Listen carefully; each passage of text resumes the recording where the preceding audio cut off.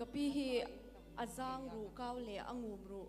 chu en lo e nging chan del lo chuanin a threi thei thin lowa elo in khom lai po khanin anangut nguta tiang le na ron kalania tuna chuanin khomo atiang ka lo en chin ka mu turin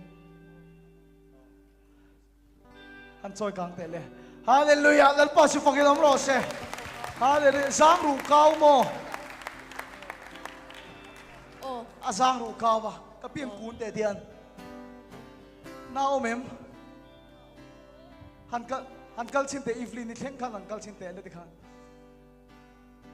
tiang kel lo in akal vek to ni hallelujah lal pa su fakil am ro se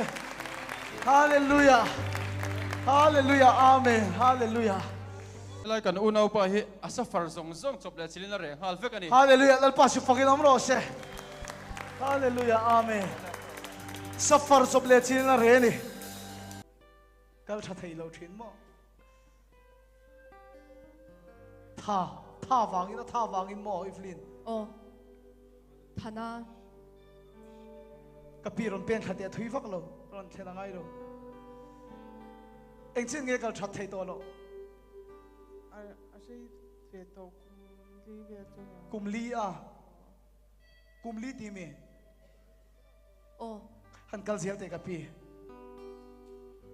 hallelujah lal pa su fakin om ro se lo kal zel te le cameraman theng kan kal te le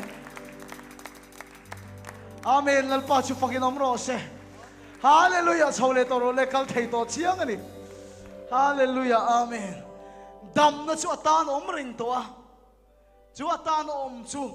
chang turin na pe na a chang da ni hallelujah zania kan thil zir kan kha chiang te ro amen kan thu soi te in ne na nal pan khia deng thei na cheu pe se tharau thire min ti nong ro se